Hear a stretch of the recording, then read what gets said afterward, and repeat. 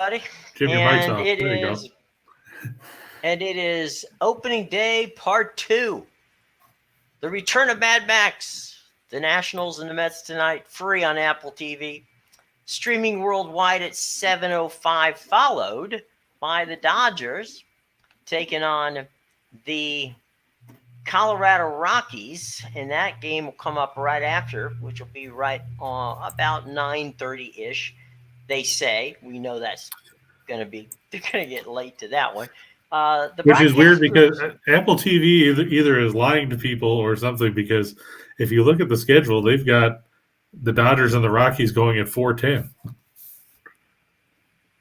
Well, that's not what they've got. Houston, Los Angeles going on Apple TV at 9:38.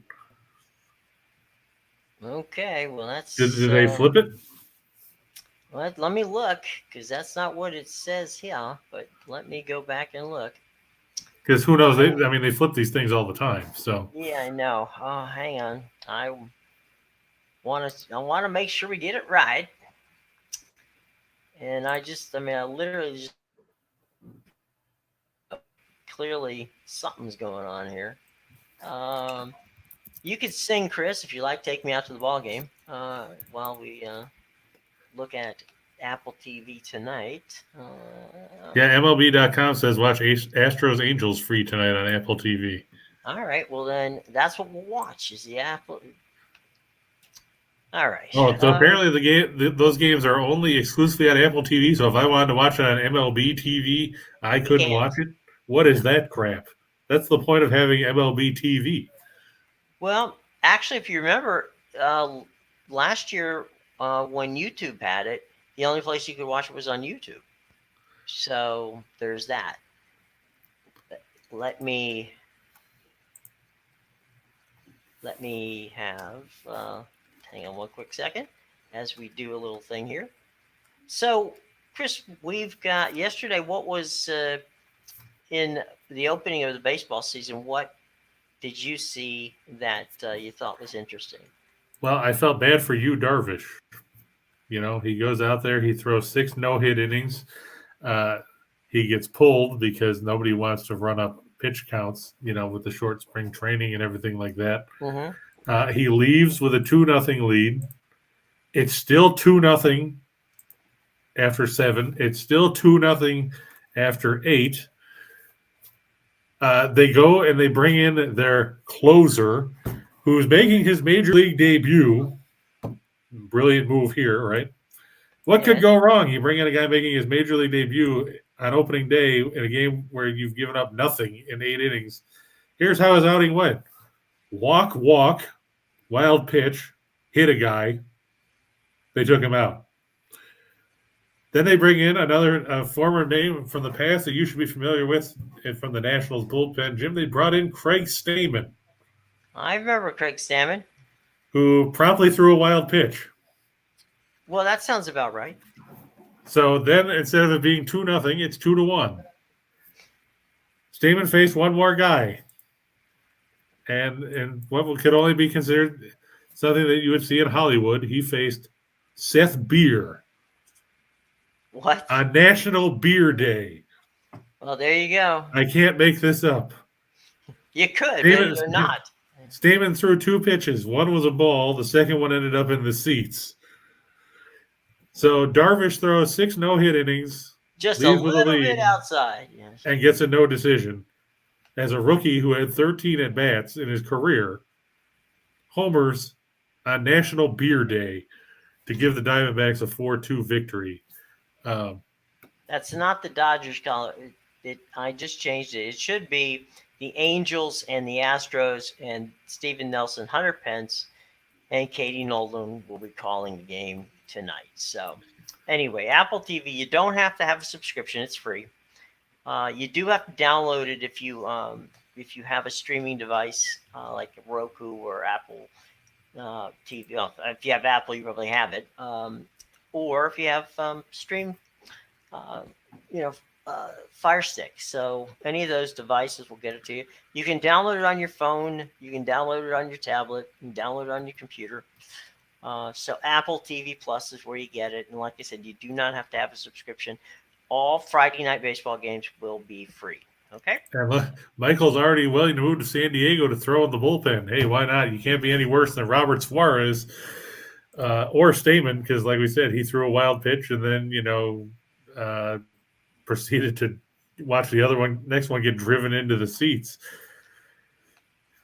Is this the kind of luck Yu Darvish is going to get? He gets traded to San Diego. He struggled in the second half last season. Then he turns around. He throws 6 no-hit innings. He throws 92 pitches. Bob Melvin comes out, takes him out. They bring in Tim Hill. He gives up 2 hits in the 7th. They still don't get any runs. And you go to the closer, who apparently the only thing he can close is your chances of winning. Like I said, 2 walks and you plunk a guy. He threw 15 pitches. 4 of them were strikes. So in that inning, in the 9th, Padres pitchers threw 17 pitches. They walked 2. They hit 1. They threw a wild pitch and gave up a homer. They threw 5 strikes in the inning. We'll see. They were consistent. They're in a very giving mood. But when you throw 2 wild pitches against 5 strikes and get nobody out against a team that went 52 and 110, yes, it doesn't bode well for the San Diego Padres. The Diamondbacks finished with 3 hits, but they benefited from 7 walks. None more important than in the 9th. I just don't see, and I know a lot of people are on San Diego as the team that are going to challenge the Dodgers. I don't see how. I didn't see how before last night. I don't see how. I just don't see the pitching. Where the hell they get the pitching? Well, I mean, they've got decent pitching without Tatis in that lineup. You're looking at a lineup. They started Austin Nola at catcher, hitting leadoff yesterday. Then it was Machado and Cronenworth. Cronenworth isn't bad, but he's not a guy I would prototypically put in the 3-hole. Then you got Luke Voit, who you got from the Yankees. Then you got Will Myers, who's overpaid. Then you got Eric Hosmer, who's overpaid. Then you've got Jurickson Profar, who was a hot prospect, 7 or 8 years ago in Texas that never really panned out? Yeah, otherwise he'd still be in Texas. Yeah, then you got Hae-Sung Kim, who they got from Korea. He was the high point yesterday. He had no hits, but he did score both of San Diego's runs. He drew a walk and he stole a base, and so, I mean, good for him. And Trent Grisham is hitting 9th. Okay, Who now in that lineup is going to scare anybody besides Machado? They got Nolan as the catcher, right? Yeah, Nola. Yeah, Austin Nola, Aaron Nola's brother, I think. Right. There is a problem here, and that is he can't catch. If you've seen him play, the ball seems to tend to go by him from time to time, more often than not, frankly. It's kind of like Bob Uecker when he talked about the knuckleball. You wait for it to stop rolling and you go pick it up. You go pick it up. Why? I mean, I guess I don't know. Somebody in the San Diego Padres front office is a little whacked out. So, but before we get to the fun stuff, we got fun stuff coming up. Let's go with our buddies at Caesars. Now, Caesars has got a new deal, and that is bet insurance all the way up to $1,100 on your first time wager. All you have to do, basically, it's very simple. You go, you open your account, you basically place cash in there, you make your first bet, and if for some reason it doesn't work out, you lose, well, they got bet insurances all the way up to $1,100. So if your bet is anywhere between $10 and $1,100 and you don't win, then they got you covered. They're going to give you another shot at it. Okay. Now you have to use our promo code, which is right there as it scrolls by. And, basically all you have to do is go to the show box below, read all the information on how to do it right there. The only thing you need to know other than that promo code is, of course, that you have to be 21 years of age to participate, and always, always, always bet responsibly. Okay, so that's what we got coming up from our friends at Caesars. and we love the folks at Caesars. So, all right, baseball been very, very good to us. And Yep. Let's hit some of the comments first, Jim. Before okay, we get too involved. sure, go ahead. Ryan asked about playing the favorites by 1.5 runs instead of prohibitive money lines. Well, if you know the guy that's pitching for you is facing a mediocre guy on the mound, sure. I mean, obviously that would have panned out in some of the games yesterday. Obviously, you know, the Mets and Washington with that punch and Judy lineup that the Nationals rolled out. Like Jim said in the pre-show, unable to generate the key hit when it mattered. You can go that route. I wouldn't do it all the time because it's just like the puck line. It can be a very fickle number. And God knows if you have a bullpen like San Diego's, you could turn a win into a loss in the blink of an eye. Because, hey, they were cruising and would have won on the run line last night until that ninth inning. But, yeah, it's definitely an option you can take. As for the Phillies get Oakland today. Jim, what do you make of that? Are in Philadelphia or in Oakland? It's in Philadelphia in about a little less than an hour. It's Frankie Montas, who apparently hasn't been traded yet. I like the Phillies. Going against Aaron Nola and the retooled Phillies lineup, you know, with Bryce Harper and Schwarber and Castellanos and JT Realmuto and Rhys Hoskins. At the bank. They're playing at Citizens Park. The plus for the Phillies is they got some guys that can hit. The bad part is, can anybody for the Phillies field? Well, you know, in that place, you know, this time of the year, though, the ball doesn't travel as far because it's chilly. But, you know, I do think the Phillies are going to be tough to beat this year. Ninja and let's see who else. And Ryan had the Reds yesterday, guys. Yep, the Reds got the better of Max Fried. I'll give them that. Did. And look, it's 162 games, all right? Nobody's going to go 0-162, and nobody's going to go 162-0. And, you know, good on you, Ninja, and good on you, Ryan, guys. You know us, right? When we lose, we don't hide from anybody. We just give you a nice tip of that and say, you know what? We give you the best information we can, you know, and sometimes you win, sometimes you lose. We win more often than not, but you know what? Good on you guys for winning last night, okay? Because that's all we're here to give you information. And if you win, good. That's good. I crunch the numbers. I can't play the game for these guys. This isn't like playing MLB The Show or out of the park baseball on the computer. And like Michael, would Jim, let me ask you this first. Would you have pulled Yu Darvish yesterday after 6 innings with a no-hitter intact? He threw 92 pitches. Would you have taken him out? In what inning? That was the 6th inning, though, wasn't it? He threw 6. Yeah. Yeah. Because here's the thing. I don't want Yu Darvish to get a no-hitter and then in 2 weeks be on the DL because he threw his arm out in opening day. So, yeah, I mean, if it was the 9th inning or the 8th inning, no. But if it's the 6th inning, yeah. I mean, his pitch count was up there. Darvish is good. Darvish starts to wane around the north of 85, 90 pitches, if you look at his stats. So, yeah, I'm going to pull him. And it has nothing to do with not wanting to see him get a no-hitter. It has to do with wanting to see him pitch again next week. See, I probably would have let him get to 100, maybe 105. But, I mean, if he had given up a hit leading off the 7th, like I think Hill did, then I would have hooked him. But, you know, I figure, you know, and now if you look at it, can you trust anybody in that Phillies or in that Padres bullpen? No, but I don't think they knew that whenever they took him out. Otherwise, they'd have probably left him there. But there was we've seen numerous cases where in the 8th and 9th inning, managers have pulled pitchers with no-hitters. True. So I think yesterday, Michael has a stat for us. Pretty interesting stat there, Mike. Yesterday in National League was 7 for 39. Yeah, so I mean, that's about where pitchers would be on that. Right. So I mean, what's the point? And that's the big thing. Everybody's going to think that you're going to have this massive explosion of offense because you have a DH. But if you think about it, most starting pitchers only get to bat once or twice anyway before they get pulled.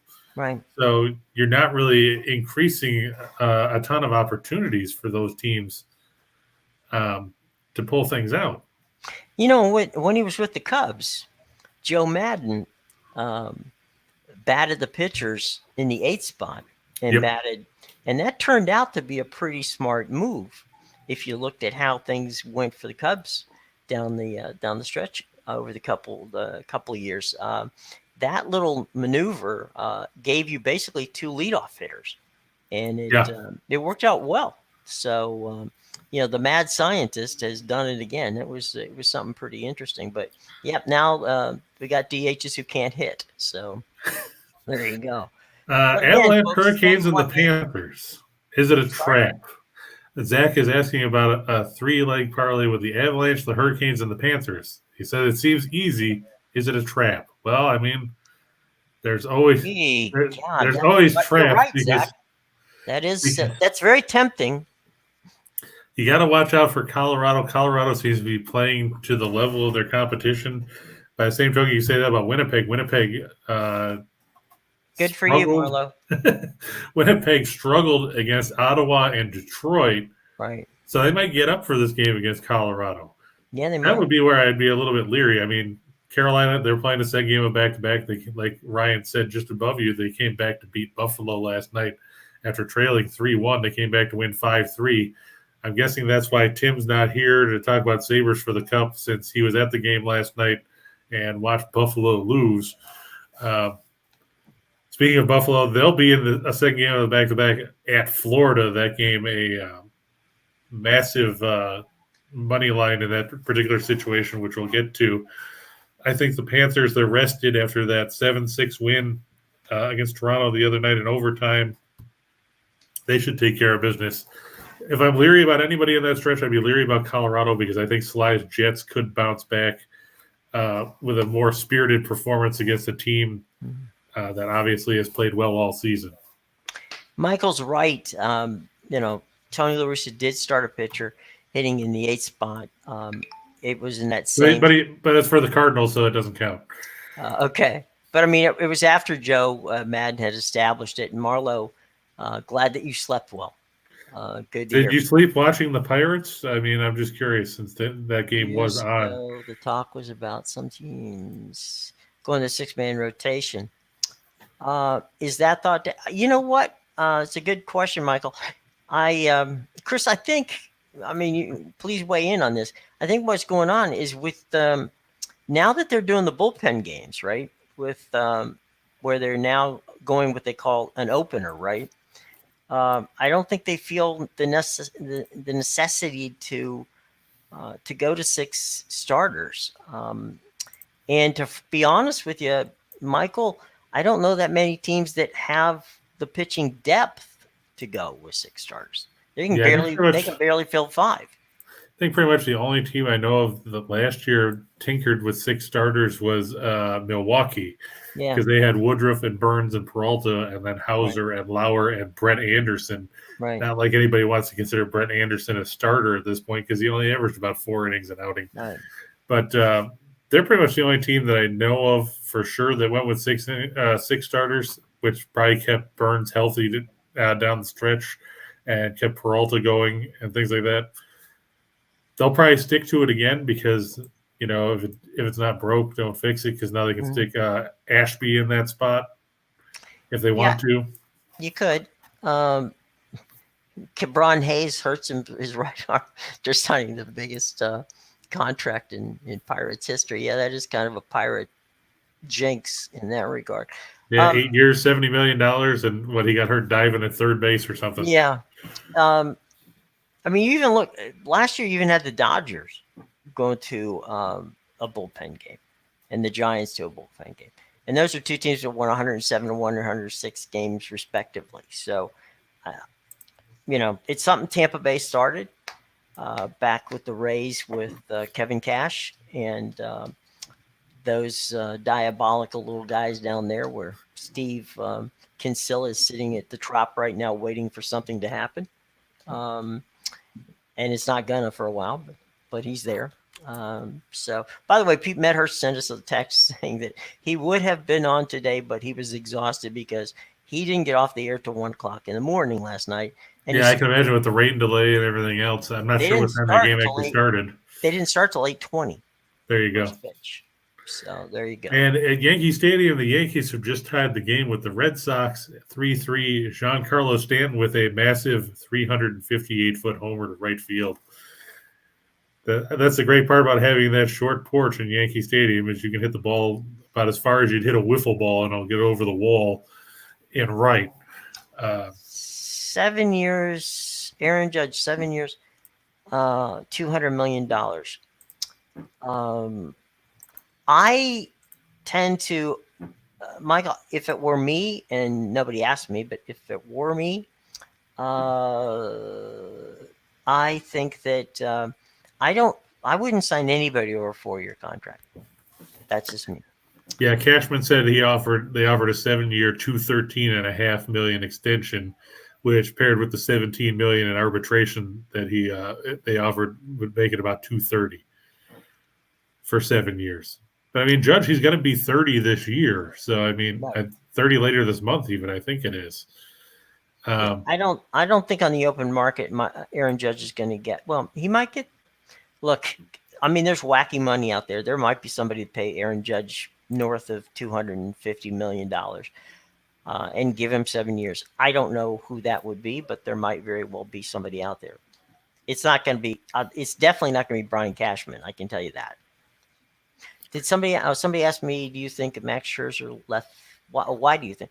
Oh, because he was going to be a free agent, and he had talked to Mike Rizzo, the general manager, and Mike said if he wanted, he would try to trade him to a team that had a chance to win a World Series. He traded him to the Dodgers.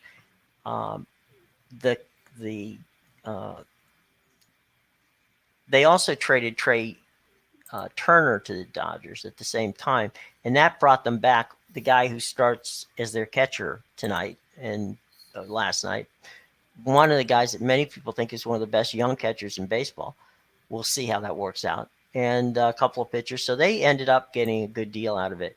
So, look, I love Max. I wish him all the best. We'll see how that works. But one real quick, because I know we want to get to the boards, but the one thing, Chris, on when Bryce Harper was out and everybody thought Bryce was going to get the big contract, the mega contract.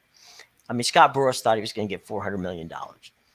And the Dodgers offered him a 4-year deal, which would have been paid him the highest amount for, per year.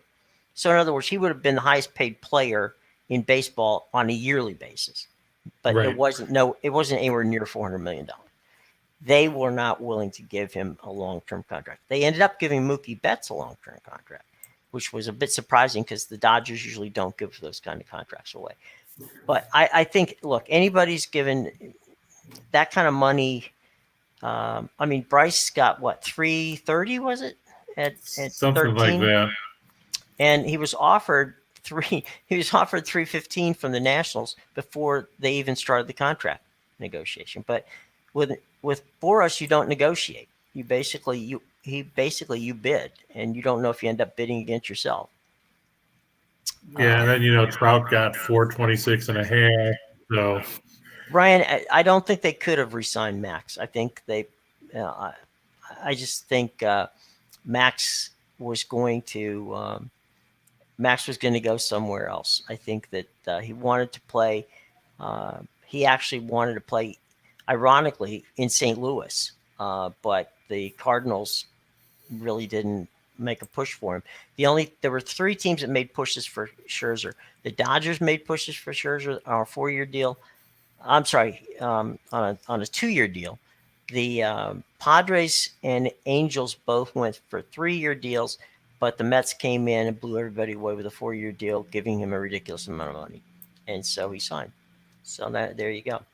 But I would like to have seen him sign back with the Nationals, but I just don't think that would have happened. Chris, the Cubs are on pace to win 162 games this season. That's true. They are. That was a good game against Milwaukee. Kyle Hendricks pitched well. I mean, he left trailing, but then they scored 3 in the bottom of the 5th. And then, Milwaukee tied it up, and Ian Happ then crushed a double that broke the tie later on. And the bullpen, well, Wick was shaky in the 8th, but Robertson actually looked like a major league pitcher in the 9th. He had his first save in a few years, I think it was, because he hasn't really been in the majors. His first save since 2018 when he was with the Yankees. Yeah. So he leads the majors in saves. There you go. Hey, Wanda, I'll tell you right now, if the Phillies don't make the playoffs this year, everybody that is a coach, manager, and front office player will probably be fired. This is it. They're pushing all the chips in. If they don't make it this year, look for Joe Girardi and the entire front office to be gone. Because one of the things you don't want to do in Philadelphia is lose. The Flyers are getting crucified in the Philadelphia media for it. The 76ers are not. What little bit of faith that people had in the Sixers is going quickly.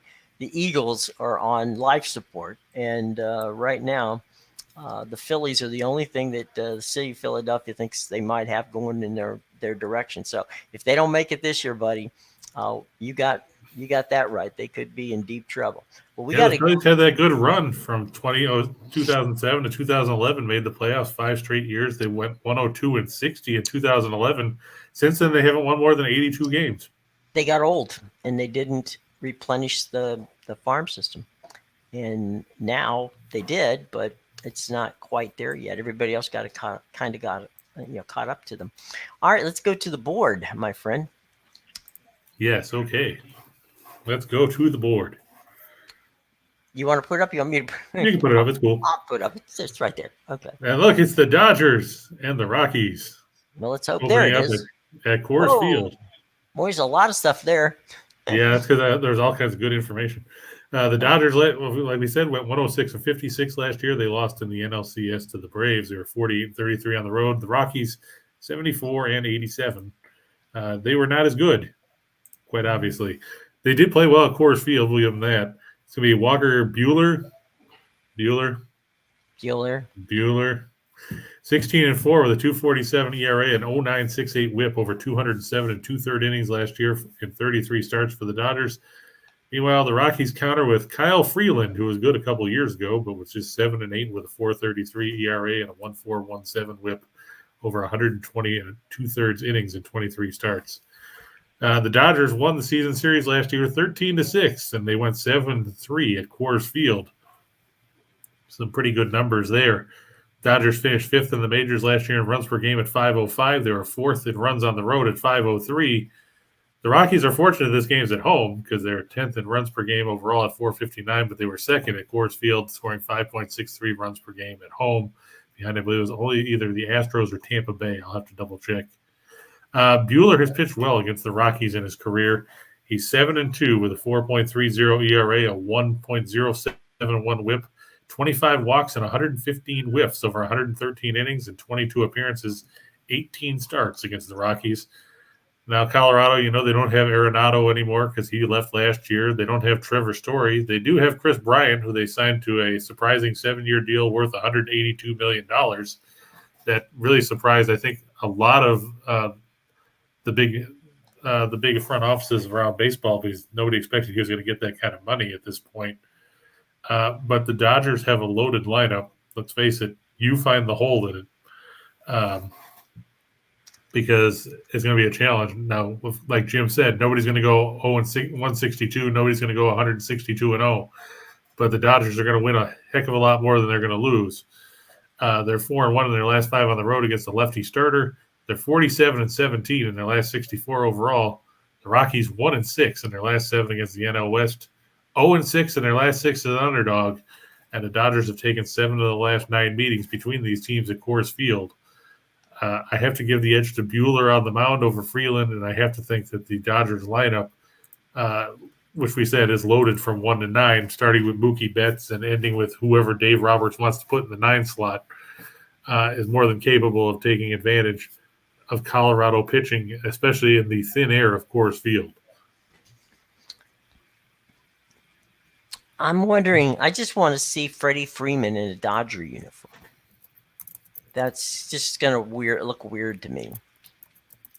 Well, I mean, it's no different than half these other guys you see. No, I'm not. I'm not saying it's just he's been in a Braves uniform for so long. It's just, I mean, it was the same thing with Pujols when Pujols left St. Louis and went to, the Angels. It was just different to see, them in a different uniform. That's all. In the case of Pujols, he didn't change colors. It just went from from red to red. Yeah, starting lineup today for the Dodgers is going to be Betts, then Freeman, then Turner, then the other Turner, not Tina Turner, not Ike Turner, but Justin Turner. Then Max Muncy will bat fifth. Will Smith, the catcher, not the actor, will bat sixth. Chris Taylor seventh. Cody Bellinger is going to hit eighth, and Gavin Lux will be playing second and hitting ninth. The starting lineup for the Rockies, Charlie Blackmon will lead it off in right field. Chris Bryant will play left and hit second. Brendan Rodgers will hit third at second base. Then C.J. Cron. Ryan McMahon will hit fifth. Who's this guy named Joe for the Rockies? He's the DH. I'm actually not 100% sure what his first name is. It could be – I know I've seen him before, but I know he doesn't have a big track record as far as. So is Will Smith a slap hitter? He could be. You never know. There you go. All right. That was bad. Sorry. Yeah. Guys. Then Randall Grichuk will play center. Elias Diaz will be the catcher, and Jose, don't call me Julio Iglesias, will be batting ninth, playing short for the Rockies. Well, good luck for the Rockies at Coors Field. That's one of those wonderful places where it can be 75 today and could be 41 and snowing the next morning. So you got to be careful over there. Yeah, let's see what the weather currently is at Coors Field, because I'm guessing it's currently 60. Oh, okay. And tomorrow it's going to be 75. Well, there you go. All right. And then Sunday it's going to be 56 with a low of 34. Not a lot of humidity there, so. Now 14% they're projecting at the moment. Wow. And the wind at a gusty 3 miles an hour. There you go. All right. Well, it'll be interesting to see. We'll see the Dodgers and the Rockies. Okay. So we go from the Dodgers and the Rockies, and I have a feeling we're headed to Nats Park for Max Scherzer hitting the mound tonight. Yep. The Mets, surprisingly, there's still value on the money line. It's plus 100, which is surprising after last night's 5-1 win for the Mets. Scherzer was 15-4 with a 2.46 ERA and 0.64 WHIP over 179 in the third inning, split between the Dodgers and the Nats last year. Josiah Gray, who I believe came over to Washington He's in that deal, got traded over in that deal. Yeah, that's what I thought. 2-2 with a 5.48 ERA, a 1.358 WHIP over 70 and 2/3 innings in 14 appearances, 13 starts. The Mets were 27th in runs per game last year at 393. So, hey, look, they got 5 yesterday. That should be cause for celebration in Flushing, Queens. They were 23rd on the road at 4.11. The Nats were averaged 4.47 runs a game last year. They were 20th in runs per game at home at 4.32. The Mets 5-1 in their last 6 as a favorite. The Nats 6-21 in their last 27 at home. 1-4 in their last 5 after giving up 5 or more. 1-4 in their last 5 when their opponent scores 5 or more, which makes sense since there was only one game. They're 1-4 in their last 5 at home against a right-handed starter. The Mets have won 9 of the last 12 meetings between these teams. Jim, how long is the leash on Davey Martinez? He's got this year. I mean, this year was a situation where, when I say he's got this year, he's not going to be fired. The whole thing with the Nationals this year was to take a look at what they've got. They've got a whole bunch of guys they want to see. Victor Robles, is he going to make it? Carter Kieboom, is he going to make it? Who Victor are these Robles, guys? they've been counting on him for like 50 years now. And so at the end of the day, the concept was, let's take this year, take a breath, and see how things go, and then we're going to get back. We're going to get back into the race. The other thing is, we don't know where Strasburg is either. I mean. Last report I saw said sometime in May, right? Yeah. I mean, you're looking at a guy who won the the MVP in the World Series, and since that time has not made it to May, through May, I should say, in either 2019 or 2020. So here we are, or I'm sorry, 2020 and 2021. I got COVID brain there for a second. I couldn't remember what passed the COVID situation. But yeah, I mean, the Nationals they know what they're doing from a standpoint of they know that they're expecting not to win a lot of games. They're expecting to learn about the team. And then, they've spent in the past, so they will go back and spend again. They just want to, they didn't want to put a Band-Aid on a problem. And they just wanted to see where they are. They're going to find out. So we'll see. It could be a very rocky ride, or it could be, they could overperform and they could find out where this team is. But it's going to be tough and a very long season for those of us who, enjoy watching Washington play baseball. So, Bill's asking, are we fading John Means, who's taking the mound for the Orioles today against the Rays? From a personal perspective, I am. Means is 3-5 with a 4.67 earned run average and a 1.173 WHIP in 15 appearances against Tampa Bay in his career. I know Baltimore is trying to improve. They've got a lot of young guys. He's 1-4 with a 6.67 earned run average at the Trop in 6 appearances, 5 starts spanning 27 innings. Let's face it. This is the kind of game Tampa Bay wants to open up it with. They're facing, obviously the worst team in the AL East. I'm not going to say they're necessarily the worst team in the American League because they've actually tried to make moves to improve things. But let's face it, Baltimore is probably, 2-3 years away from contention at this point. The problem is you can't do what Baltimore's doing and compete in that division. You just can't. They can't out Tampa Bay when it comes to, from a standpoint of learning how to develop young players. They've wasted a lot of time and money by not doing anything in the international market. I mean, that's where, if you look at where are the great young players that are in baseball now? They are all from either the Dominican or, in the case of Ohtani from Japan. So if you don't spend a lot of money or time in that area, what do you got? You don't have much. And I don't see anything that excites me on that roster at this point. And I don't see any reason to believe that they're going to get any better. Yeah. Could they win 4 or 5 more games than they did last year? Yeah, probably. Are they going to be a contender? No. Not yeah, it looks like the Orioles starting lineup today: Cedric Mullins in center, Ryan Mountcastle at first, Trey Mancini. Good to see he's back. He's a good, you gotta. I mean, you root for a guy like that. I mean, yeah, he's a DH. Austin Hayes in right, Anthony Santander in left, Ramon Urias playing second, Jorge Mateo at short, Robinson Chirinos behind the plate, and Kelvin Gutierrez playing third. Since McClanahan is a lefty for Tampa Bay, Baltimore's going with a right-handed heavy lineup.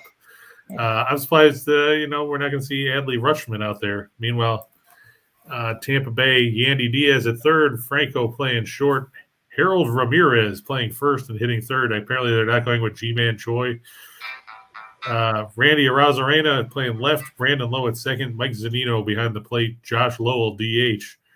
Manny Margot. Remember how everybody thought he was a can't-miss prospect a few years ago? Out there in right. And Kevin Kiermaier will bat ninth and play center, taking care of business as a former Gold Glover.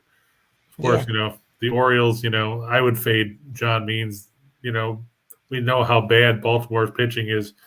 Means probably won't go that long, I can't imagine, because everybody's going to try and limit pitchers. And, well, I mean, the Orioles have a couple of good little players. I mean, that Santander kid is a good little player. So it's not like they don't have talent. It's just they don't have enough. Yeah, and that's going to be I think that's going to be the issue. I think Tampa Bay should get 4, 5, 6 runs in this one. I just don't have a ton of faith in Baltimore. Jim, what do you think? Will Tampa Bay go over 4.5 runs tonight? I think they're going to get at least 5. This is funny because this is a team that, remember, Tampa Bay used to play defense and get pitching, right? and last year they were among the leaders in scoring runs.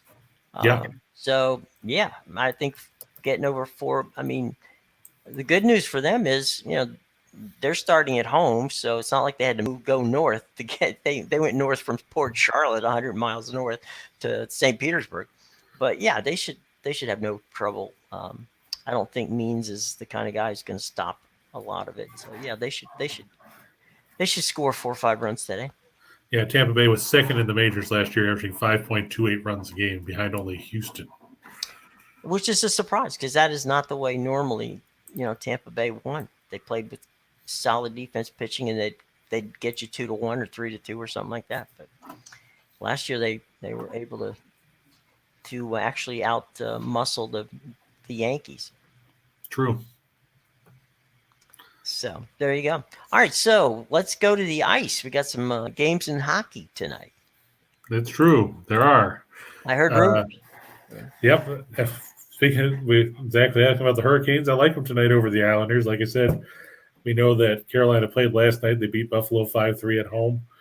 The Islanders 32-28-9 overall. They're 14-15-5 on the road. Carolina 46-17-8. They're 26-6-4 on home ice this season. Ilya Sorokin 22-14-7 with a 230 goals against, a 927 save percentage, and 6 shutouts in net for the Isles against. Frederik Andersen 33-12-3 with a 207 goals against, a 926 save percentage, and 4 shutouts.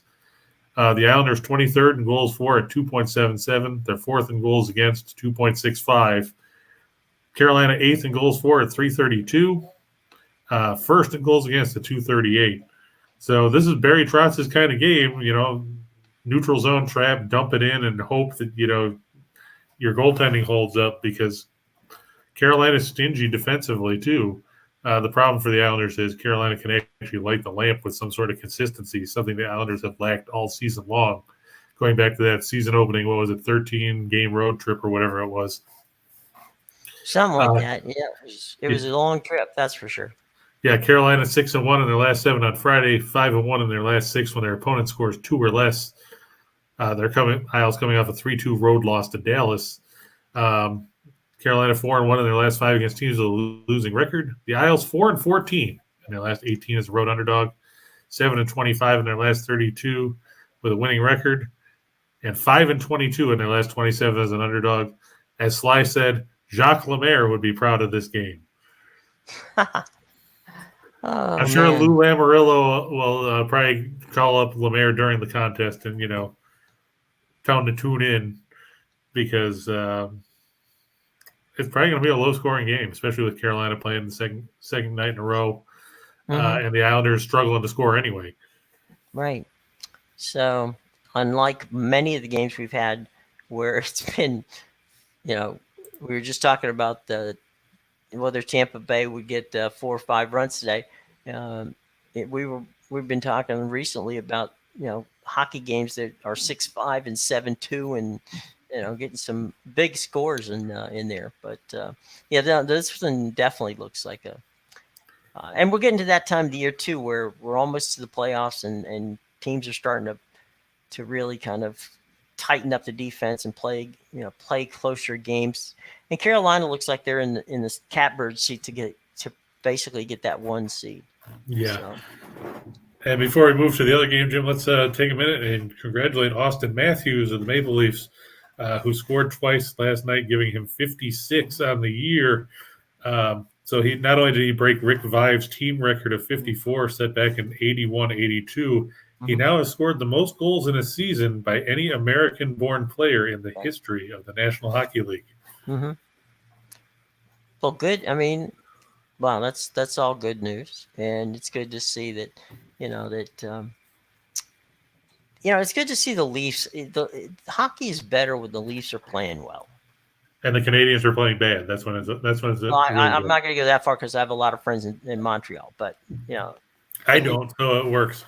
Okay, good for you. By the way, Elliot, look, we you're taking Baltimore. We get it. That's fine. First 5 innings, that's probably smart. We just give you the information, buddy. And if you want to go that route, hey, go for it. We're not always right. You never know. All right. So from Hurricanes and Islanders, we're going to the Panthers and the Sabres. This is a I told you that money line was big. yeah. That's an ugly money. It is. The puck line's better. Yeah, it's not great, Not but much it's better. But, yeah, the Sabres 26, 35, and 11. They're 12, 18, and 5 on the road. Florida 49, 15, and 6. And we've talked all season long about how well they are on home ice. They're 29, 6, and 0 on home ice this season. Dustin Tokarski, 7, 10, and 5 with the 324 goals against a 901 save percentage and one shutout for Buffalo, expected to be between the pipes. Good old Sergei Bobrovsky, who we saw get yanked in that game the other night, 33, 6, and 3 with a 271 goals against a 911 save percentage and 3 shutouts. It's great to have a pretty record like that, but when you're getting 4 or 5 goals a night supporting you, it's kind of hard to not have a good record. Buffalo 25th in goals for at 274, 27th in goals against at 3.5. Florida leads the league in goals per game, Jim, 4.16. Wow. Which offsets the fact that they're a middle-of-the-road team defensively, giving up 2.94 a game, which is 14th. Florida's 44-9 in their last 53 as a home favorite. They're 23-5 in their last 28 against the East. They're 43-10 in their last 53 at home. They're 7-2 in their last 9 after giving up 5 or more. So when they give up 5, they still come back and win games anyway. Buffalo 33-92 in their last 125 on the road. So we're talking about 3 seasons worth of road games here, basically. 17-47 in their last 64 against teams with a winning record. 9-24 in the third game of a 3-game and 4-night situation, and they're 1-7 in the last 8 meetings in Florida. If those numbers weren't bad enough for you, we'll throw in one more.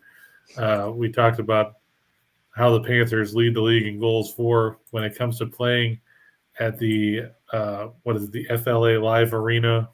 Yeah, whatever the dump is in Sunrise. Florida puts up a robust 4.74 goals a night at home. That's pretty impressive. Yeah, the average total of a Florida home game is 7.63. So, that's more than the crowd. Yeah. Yeah, I know that the over under is 7 in that game, but they scored. They had a combined 8 the other day in Buffalo. So, watch out. Could be another high-scoring affair there. Well, we're getting down to the end of the NBA season, which comes on Sunday, right? Sunday? Yes. So what we're about to show you is the final gasps for a couple of teams as we get ready for the NBA playoffs, as they get ready to get started soon. And so let's go to the hardwood, my friend. What's going on the association tonight? Well, you got the Nets and the Cavs coming in from the Barclays Center tonight. The Nets currently 8th in the Eastern Conference playoff picture. They're tied with the Hawks. Funny thing is, who knows what's going to happen in the play-in tournament, because here's the records for these 4 teams. Cleveland is the 7th seed right now. They're 43-37. Right. Brooklyn is the 8th seed. They're 42-38. Atlanta's the 9th seed. They're 42-38. And Charlotte is 10th. They're 41-39. Okay. So there's 2 games separating those 4 teams. With 2 games to play. Right. So these things you could see Cleveland playing in the 9-10 game. Mm-hmm. You could see the Nets and the Hawks play in the 7-8 game. Who knows? I'm not feeling Cleveland tonight here. If you look, the Cavs on the road, they've had some struggles. They lost 2 in a row coming into this one. Quick look at the injury report says Jared Allen still not playing with that broken finger for the Cavs. Evan Mobley, at least, is questionable. Meanwhile, for Brooklyn, you won't see Goran Dragic, who's still in the protocols. Seth Curry is probable tonight. He's been upgraded, which can only help Brooklyn's chances here. Mm-hmm. The Nets coming off that big comeback win the other night against the Knicks. Feel bad for Tony. The Nets are 9th in scoring offense at 112.6. They're 4th in field goal percentage at 47.3. Cleveland 4th in scoring defense at 105.4. But the problem is the Cavs don't score a lot of points. They're 25th in the league at 107.5 points a game, despite shooting 46.8% from the field, which is a respectable number. Mm-hmm. But Cleveland 19-51-2 against the spread in their last 72 after an ATS loss. They're 2-8 against the spread in their last 10 overall. They're 1-4 against the spread in their last 5 against teams with a winning straight-up record. 1-5 in their last 6 after a straight-up loss, and 1-5 against the spread in their last 6 on the road. Things not looking good for Cleveland. You know, they were great early in the season. They were sitting, second in the East for a while, and then reality set in. And unfortunately, reality continues tonight. Right. That's the terrible thing about reality. It happens every day. So the Nets and the Cavs in what, as you said, it's a scramble for seeding in the East. So from Brooklyn and Cleveland, we go to.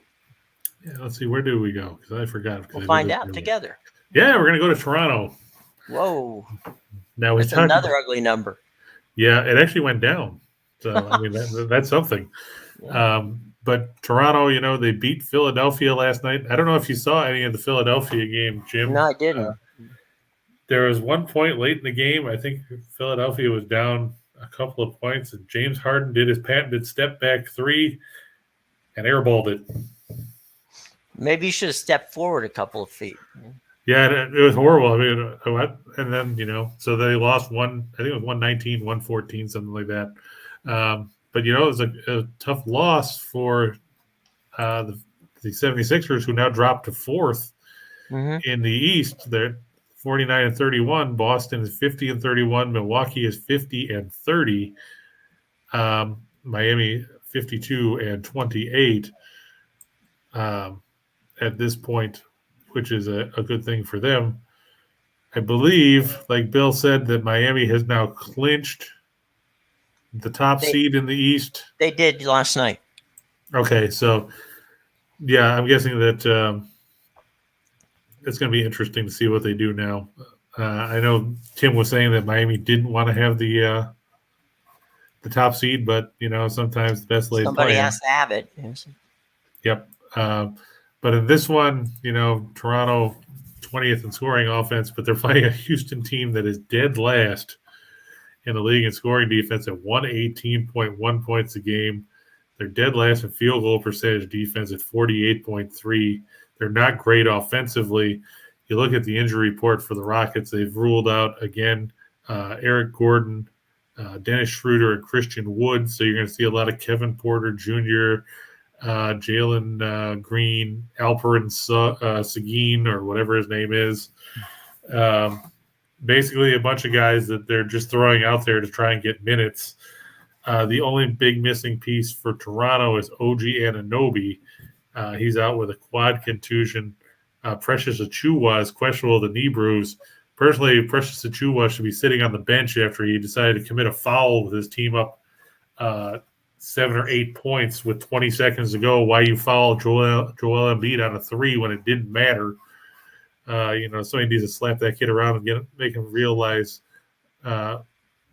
game situation. You know, you can't teach awareness. The Raptors 5-1 in their last 6 against teams with a losing record, and when you look at Houston, they're 20-60. You can't get much losinger than that. Houston 3-10 in their last 13 after an ATS win, 1-6 against the spread in their last 7 as a road underdog, and 0-4 in their last 4 on the road against teams with a winning home record.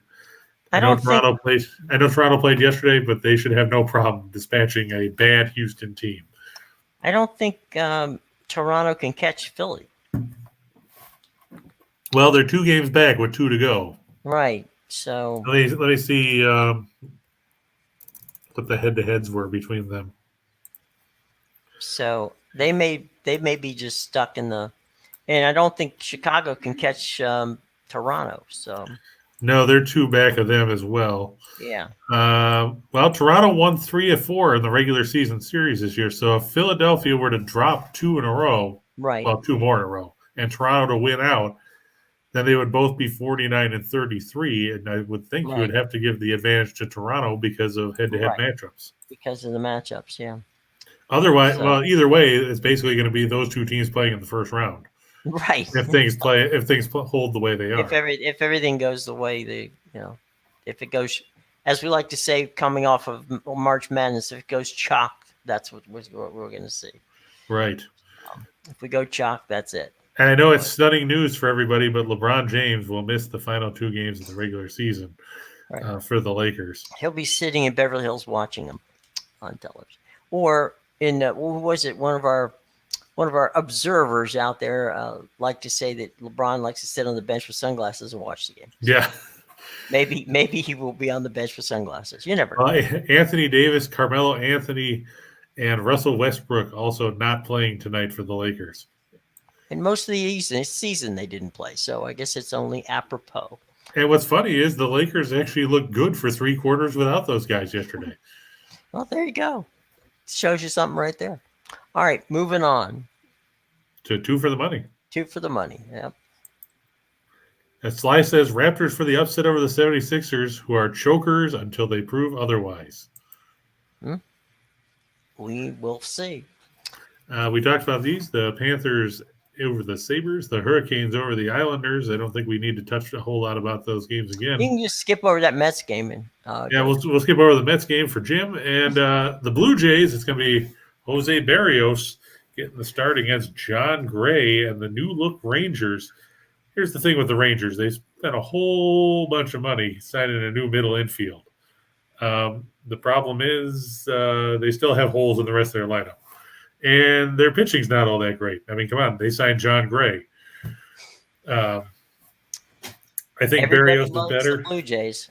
Yeah, I think Toronto, they've another team with a loaded lineup. Mm-hmm. They got a ton of talent there. You got Vlad Guerrero, Bo Bichette, and Springer and Hernandez and Gurriel, and now you got Chapman from the A's in that lineup. It's going to be a dangerous lineup. I think the Blue Jays should get the win over Texas. Marcus Semien gets to come back to his old stomping grounds because, of course, he played for Toronto last year before leaving for a 7 years, $175 million or something like that. It was a pretty healthy contract. Yeah, it was a nice chunk of change. Mm-hmm. It's good money if you can get it. That's right. But, yeah, I think Toronto will get the win over Texas. Let's go 4 for the show. Yeah, we talked about the Dodgers already. They should beat up Colorado, I think. That game's starting at 4:10 Eastern, so we still got time. The Raps -11 over Houston. Tampa Bay over Boston. The Lightning really need this win if they want to right the ship because they've really struggled. And, they want to avoid falling into a wild card spot. You look in the Atlantic right now, Florida has 104, Toronto has 98, and these two teams tied with 93 points apiece. So one of these teams is going to be a wild card team after tonight. The other one will be in third place. There was a real quick piece in the Tampa Bay newspaper, the Tampa Bay Times this morning, that said that Vasilevsky has played 52 more games than any other goalkeeper in the NHL because of the playoffs in the last 2 seasons. Oh yeah, for sure. And so he's probably, the guy's probably tired. Yeah, I mean it's going to wear on you, like you said. You play that many games.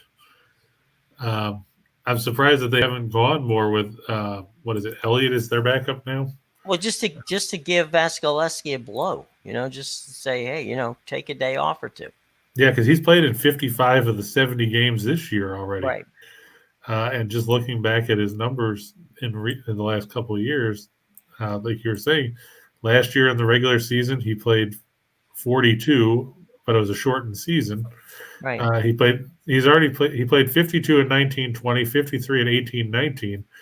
And then that doesn't even count, like you said, the playoffs, because in the playoffs he played pretty much everything. He played 25 games last year, 25 2 years ago, 23 last year.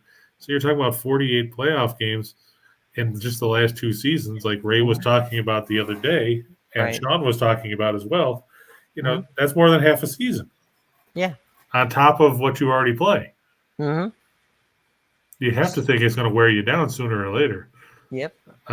So Tampa Bay might be wise for John Cooper to give him a couple breathers down the stretch But I think he's supposed to start tonight. But not tonight.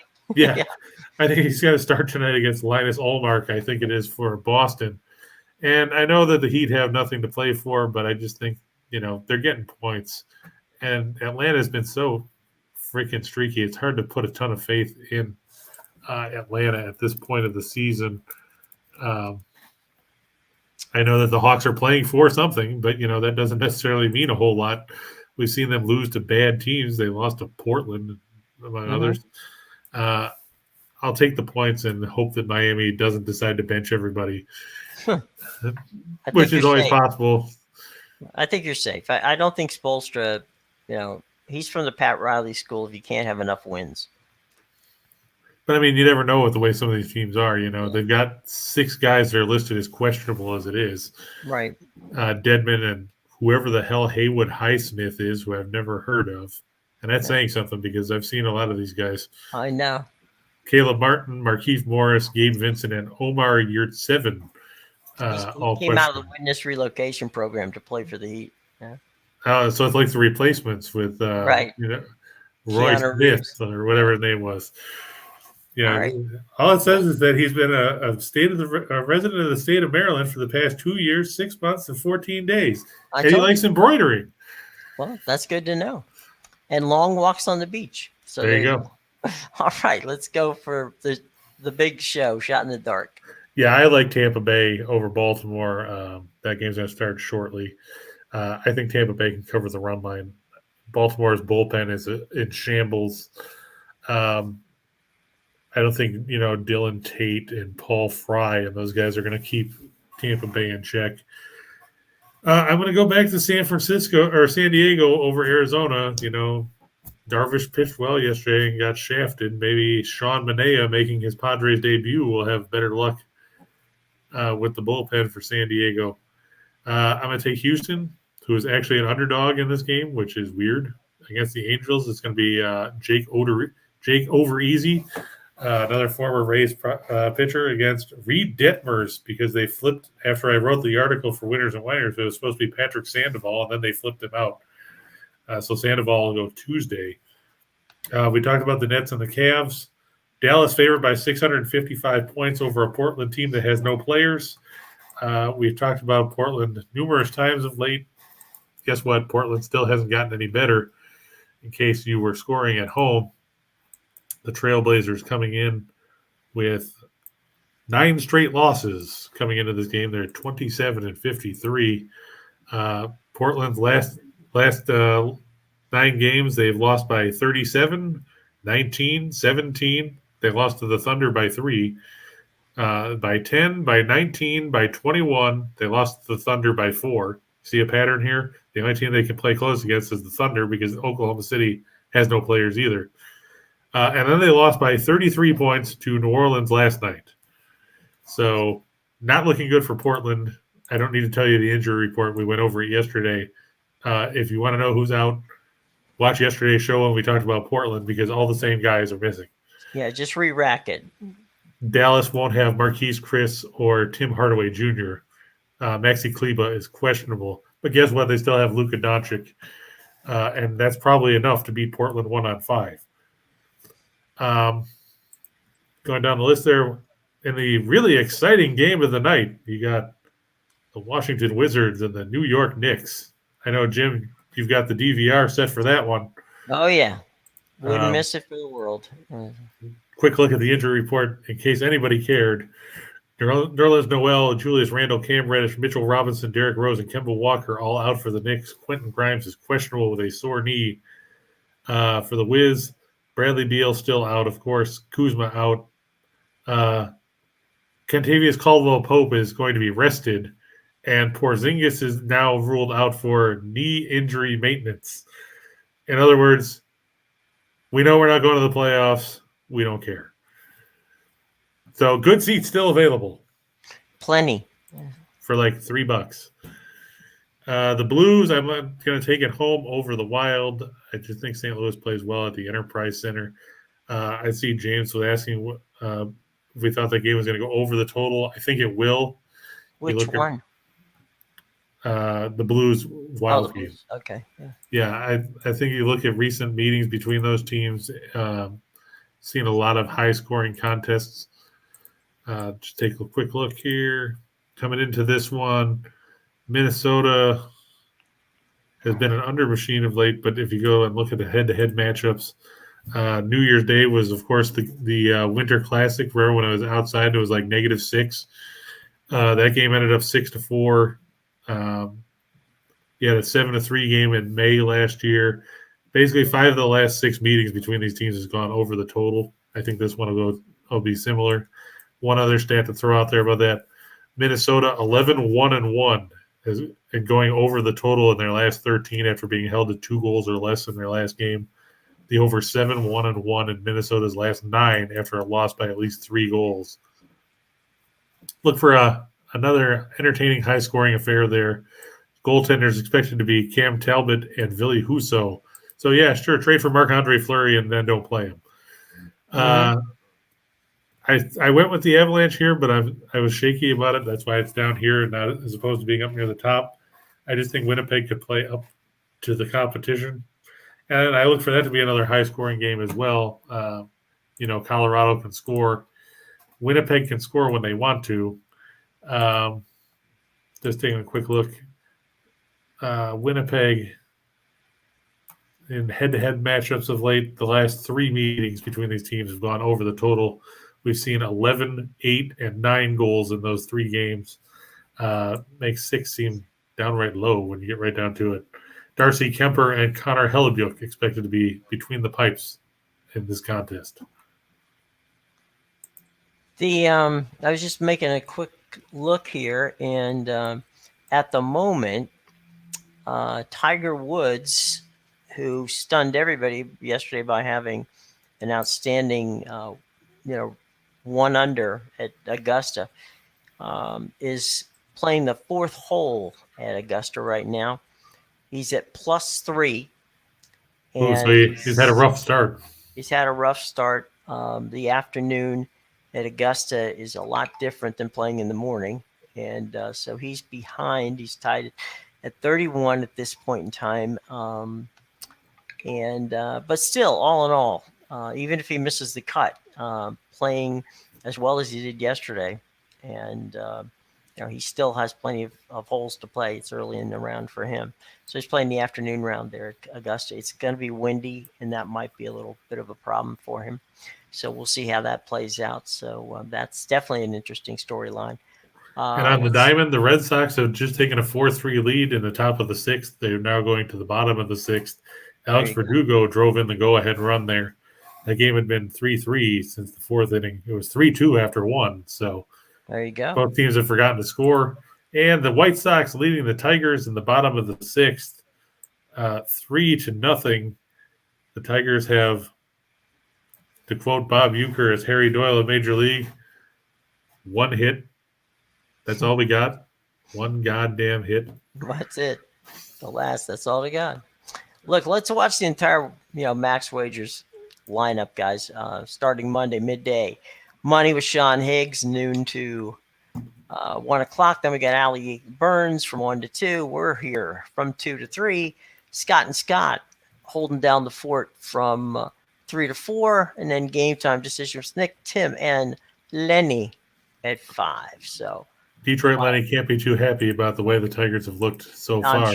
I'm sure he's less than pleased. But Javier Baez in his Tigers debut has whiffed twice in 2 at-bats. Whoops. All right. Well, there you go. How did Austin Meadows do? That was he just drew his 2nd walk. Okay. Well, he's on base twice. Yep, he flew to left and he's walked twice. So the Tigers now have 2 on and nobody out in the 6th. There you go. Well, we'll see. We'll keep bring up Javier Baez. Yeah, come on, Lenny. All right, guys. Any final questions before we get out of here on a Friday, gang? Anything we haven't seen from the class? No, I think we got everything. Got them all? Anybody that's looking for exciting stuff about NASCAR, Steen, Reichel, and I will be on sometime after 4 p.m. to talk about this week's race, which I think is crap. Now I have to look and see where it is because I don't remember. I always do the research after the show and before that show. Oh, it's at Martinsville. That's right. Oh, that's oof. All right. That's a tough track. Yeah, but that's the good part about it. We talked about last week at Richmond where they made fun of me for picking all the old guys, and Harvick finished second, and Kyle Mm-hmm. Busch was in the top 10, and Well, it's things Joe panned Gibbs. out. Yeah. The Joe Yeah, Gibbs car won. yeah. Toyota Denny, finally I think keeps it was the Hamlin, post. wasn't it? Yeah, it was Denny. Denny won, and Kevin finished second.